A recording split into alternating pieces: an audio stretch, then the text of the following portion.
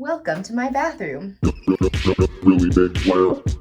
Hi everyone, it's Caitlin from Really Big Plant, and for today's video we're going to be doing something a little bit different for me. I don't think I've mentioned on this channel before, but I do have over 300 houseplants in my small apartment, which means that there is a never-ending list of chores and plant tasks that need to be done in order to keep my collection happy and thriving. So today I figured I would take you with me as I do a couple of plant chores and some maintenance that's pretty routine for me to just give you a sense of some of the things that I do on a regular basis. So on the agenda, we're going to be doing some basic care on my really large monsteras. I'll give you a little update on how those are doing. I've got a couple of plants that have just been dying for a repot, so I'm gonna just go ahead and repot them. And then I also have a little disaster from last night that I've got to tend to that's right over there that I'm gonna take you to first. I've got to wash off some of my plants and just do some other plant care. So without further ado, let's just take care of my disaster. Here we are in my hallway where I've got all of my cacti because it's super bright. I've got mirrors on one side and west-facing windows on the other, and it just gets a ton of light in here. So one of the plants I keep in here are my prickly pear cacti,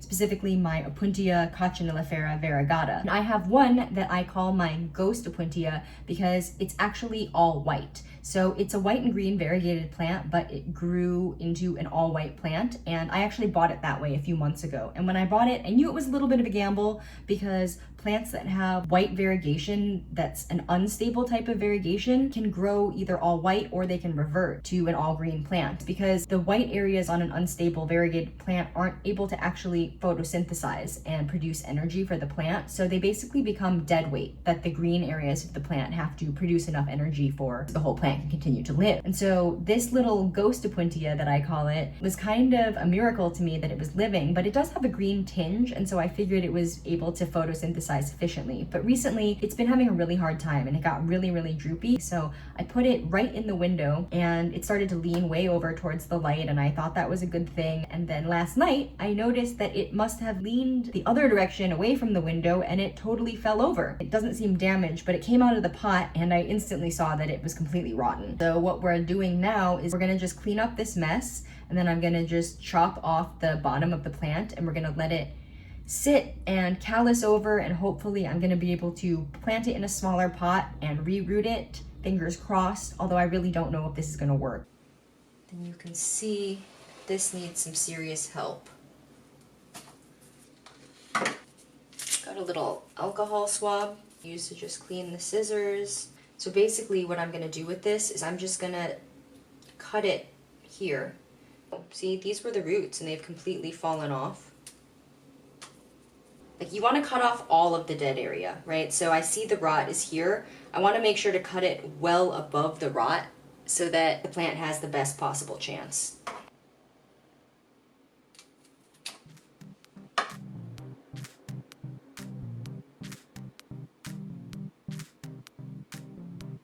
Okay, so here we are on my living room floor, which is my favorite place to repot because I feel like potting mix always ends up on the floor anyway, no matter where I repot, so I might as well just start here. So we are going to just be repotting just 3 different plants today. I have 2 Pothos that I really like that definitely need to size up. They just have started needing water all the time, and I just am ready to see them have a growth explosion as soon as spring comes around. So I figured I'd just give them a little head start and just give them their bigger pots right now. So this one is a Manjula Pothos. So this is a variety of Epiprinum aureum. The thing I like about Pothos so much is that they're just so easy to care for, and you can still kind of collect them. They're not super expensive, although that's not always true. I paid ridiculous prices for a Jasenia Pothos one time that we're not going to talk about. Anyway, Pothos are great. So currently this Manjula Pothos is in a 4-inch nursery pot, and I'm going to move it up into this ceramic pot. If you see me looking up there, I've got my other camera for B-roll kind of hovering threateningly above me, so I keep looking just to make sure I'm in the shot. I'm gonna just take this out of this pot. I see there's already some roots coming out at the bottom.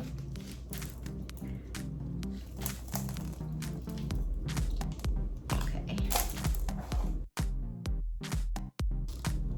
Right, I see some healthy little root hairs. I think we're looking pretty good.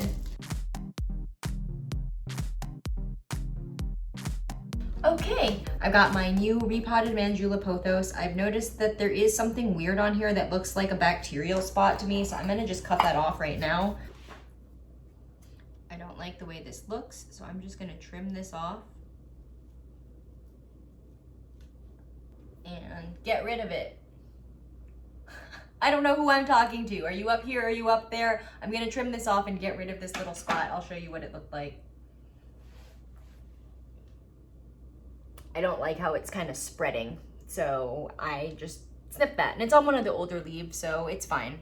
And we've got our first plant repotted. The next plant we're gonna do is another pothos, another little Epiprinum aureum, and it is the global green variety, which is one of the newer cultivars that has come onto the market. When I ordered it, it was pretty expensive. I ordered a little 2-leaf cutting on Etsy, and I let it grow out into 3 or 4 leaves, and then I snipped them all, propagated them. It's been several months, and this is the plant we have now. So the pot it's currently in is a little repurposed yogurt container, or actually it was from some Italian ice, Luigi's.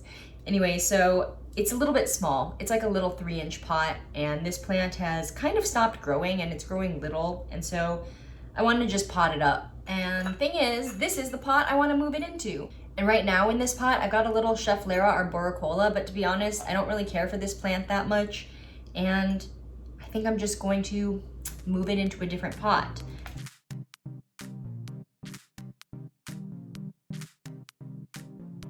Now I've got this pot free. I normally would recommend cleaning them, but all of my plants kind of touch each other and I use the same soil, so I'm just gonna put it straight in here. This is real life. I'm not gonna go clean this pot.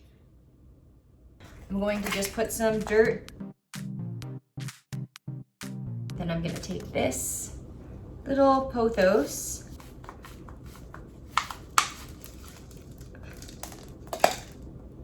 Oh yeah, so the roots in this pot were starting to wind around the bottom, and usually when that starts to happen, the plants don't really like that. They tend to kind of stop growing, so it's good to be sizing this one up.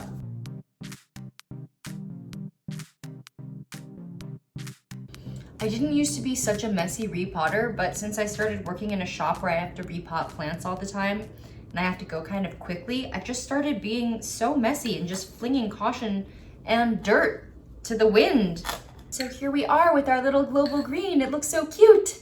And the last plant for this little repotting session for today is this Maidenhair Fern, a little Adiantum radianum, and it's not doing great. I've killed a bunch of Maidenhair Ferns. So the store I work at, this one got to a point where no one was gonna buy it, and so we had to just get rid of it, and so I ended up bringing it home. And it was my goal for this one to really try to take care of it and really do my best to try to keep it alive, because I do sell these to people sometimes, and part of me feels really kind of guilty that I'm selling them a plant that I know that I've never been able to manage. So this is me trying to give this a try. And I know I'm not really setting myself up for success because I'm starting with an already dying plant. I've had it now for basically like a month and I haven't killed it yet, and usually I kill them within a month. What Maidenhair Ferns like is constant moisture at the root zone, but they don't want to sit in stagnant water. In nature, in their ideal environment, they grow where water will cascade and keep moisture at the root zone constant, but also flowing so that there's always fresh water. And that's not really possible in a little pot.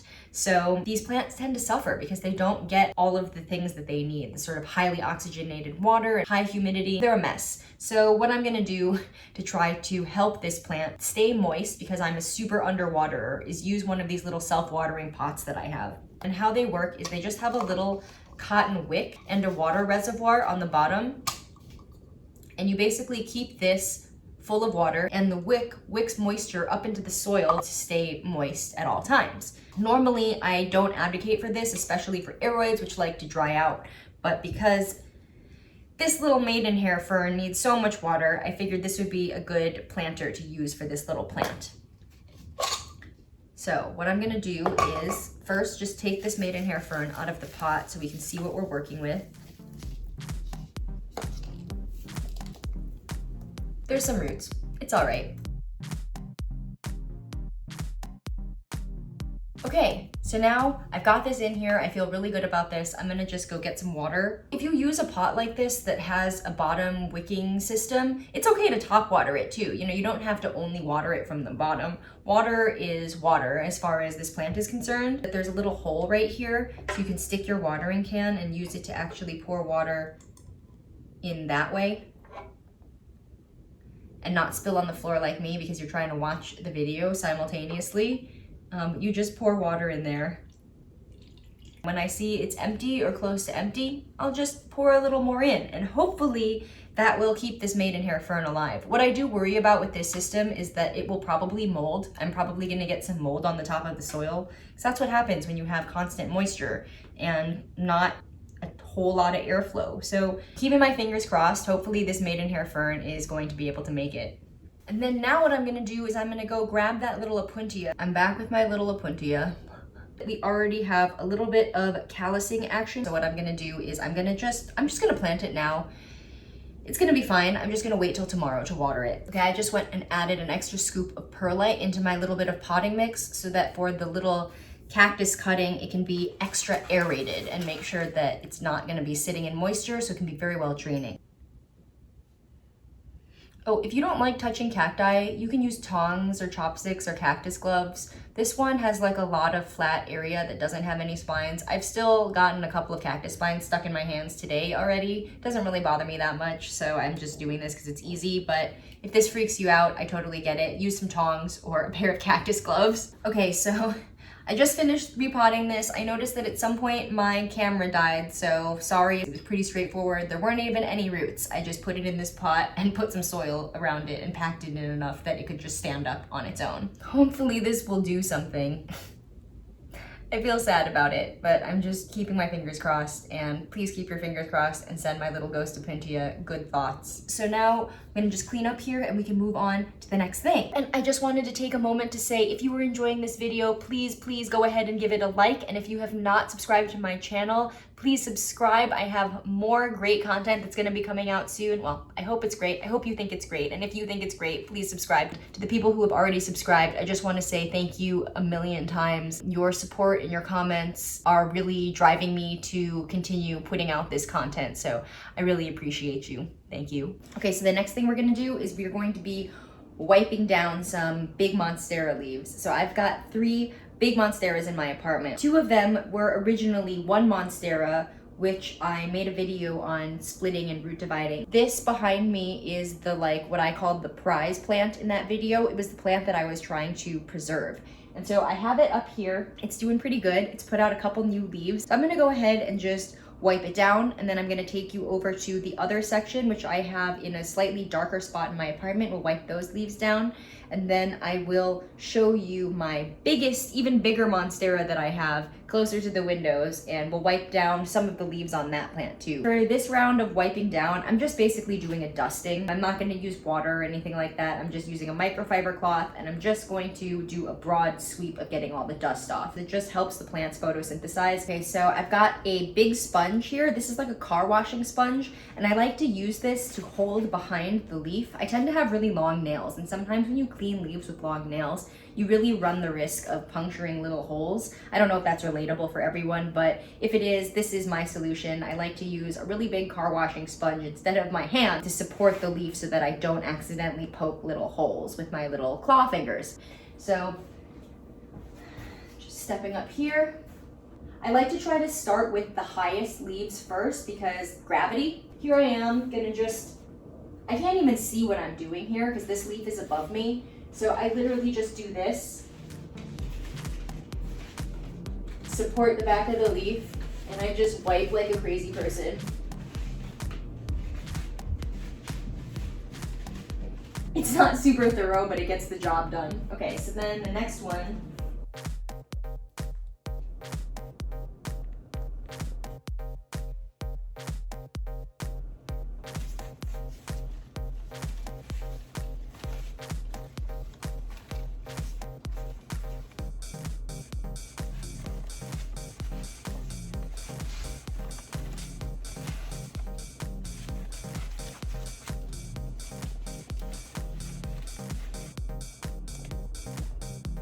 Okay, so now we're gonna go over to the other Monstera, which I have in my front area here.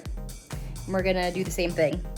Got my sponge and my cloth, and now we're just gonna start wiping.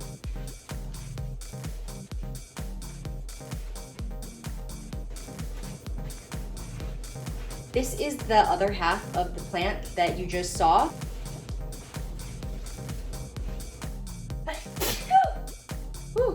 And then let's head over to my other Monstera, which if you follow me on Instagram, I posted when I first got it and walked it home in a wagon, but I don't think I've actually shown it in any of my videos yet, so we can go over there now and take a look. Okay, so this is my biggest Monstera. I keep it over here, it's very close to my windows, and some of the leaves get direct light, but a lot of them are in kind of like low light because they're pressed up against the wall. So I even have, I don't know if you can see from this angle, but there's some yellowing leaves back there. See, there's a yellow leaf back there. It's gonna go because it's pretty dark, but that's okay. So this is my biggest Monstera that I have. Some of the leaves on the other plants I just showed you might have been slightly larger, but this one has 4 plants in the pot, and as a whole, this plant takes up so much space.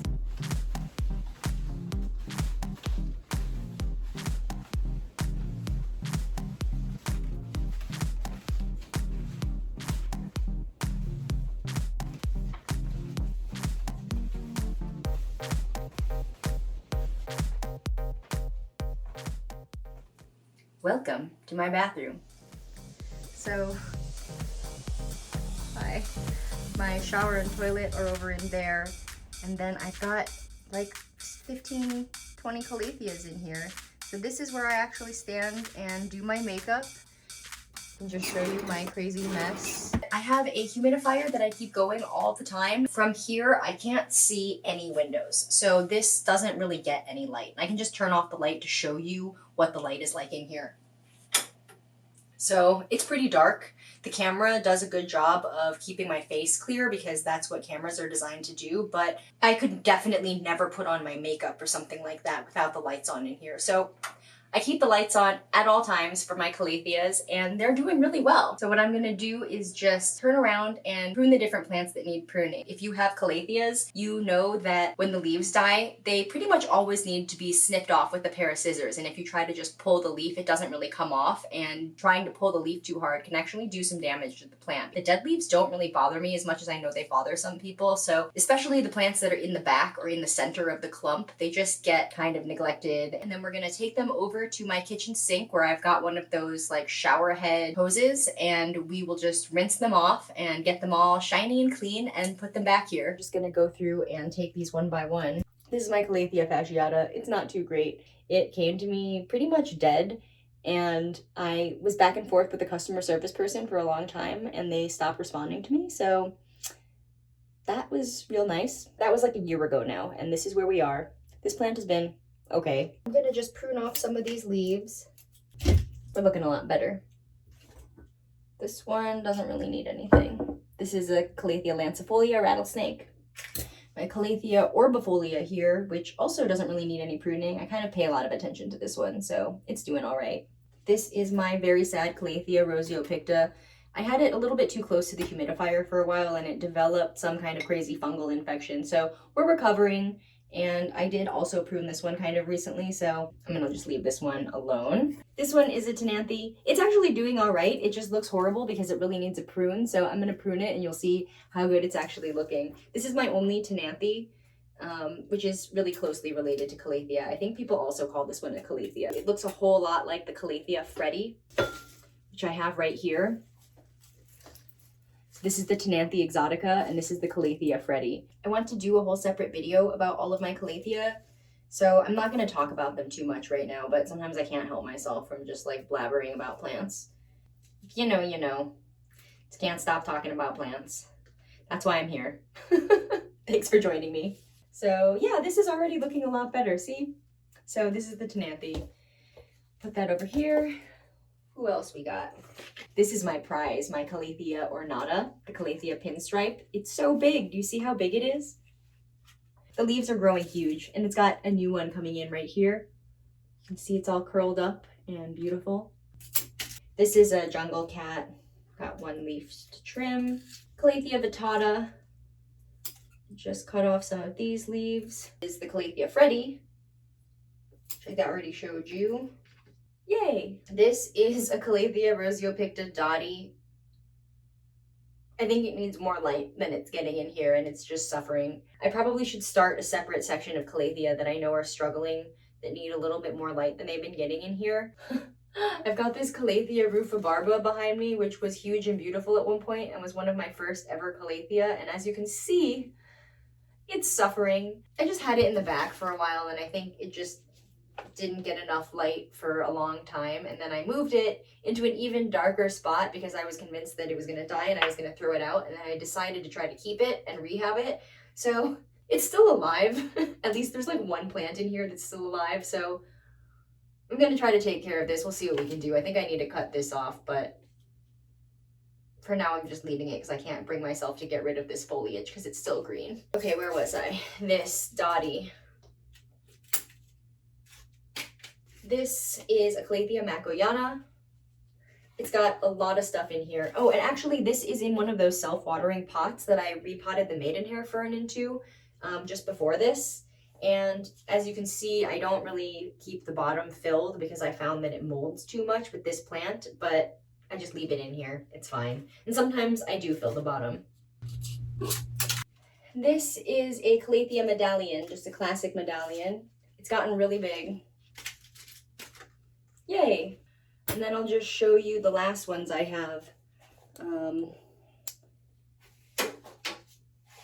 This is a little Calathea zebrina that I got from my Hertz subscription. And actually, it's been living over on the floor because it has been having multiple mealybug outbreaks. So I've been keeping it separate from my other Calatheas and just keeping an eye on it. But it seems like it's okay now. It's been weeks since I've seen anything. So now that I've pruned up all the plants, what I'm gonna do is just carry them all over into my kitchen, which is just around the corner, and we can start rinsing them all off.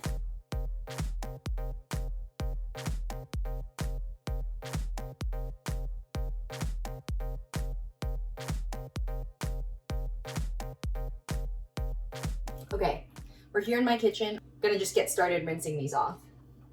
I'm turning the water on to like roughly room temperature.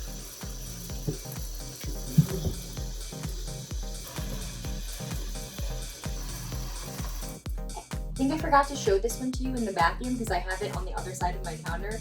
This is my Calathea Beauty Star. It's the toughest one of all. I really recommend this one if you are someone who's interested in Calatheas and you've been having a hard time caring for them. This one, in my experience, is really tough.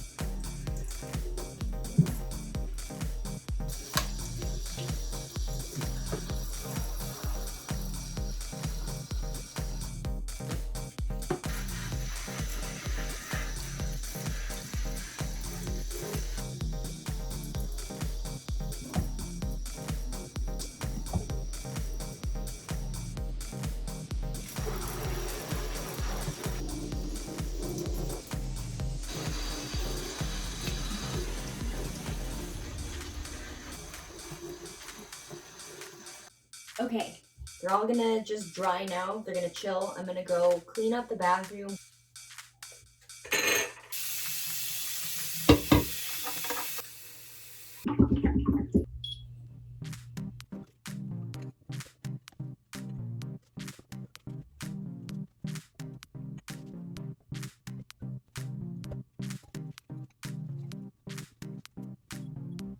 Okay, so now all the Calatheas are back in their place. They are cleaned off and they are super happy and they are ready for another month or maybe longer without another shower. So hooray, got that done. On to the next thing. I have this string of hearts that's really long. It's doing really well, but it is basically like always dry. I water it maybe once a month if I can remember. And if I try to water it when it's hanging in place, all the water just drips out all over my floor. And so I basically never water this. And I've noticed that the plants kind of stop growing. So I'm gonna just attach a saucer to the bottom of this pot. Then I have this 6-inch tray, some basic twine here. I'm just making a little thing that I can tie onto the existing hooks that will then wrap around the pot and support the tray.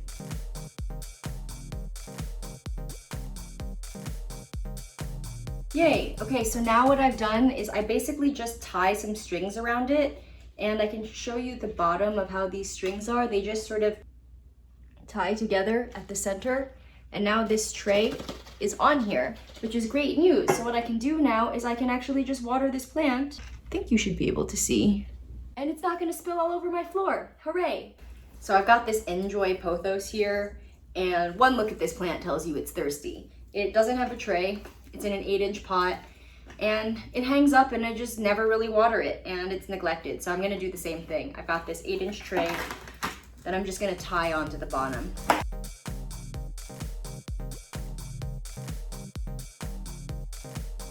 Okay, so now you can see this tray is on here and this plant can also get watered. Hooray! So tying a tray on like this isn't necessarily a long-term solution. I know that it's not necessarily the prettiest, but from this side you can't even see it. So it can be a long-term solution, and for me it probably will be.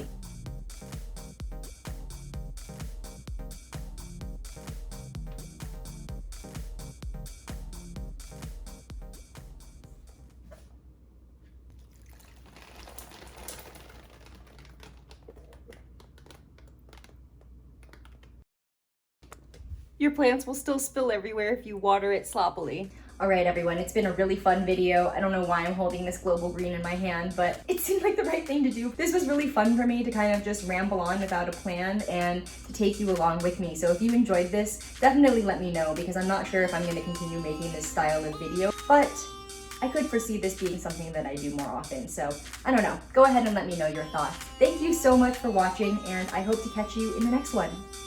Bye.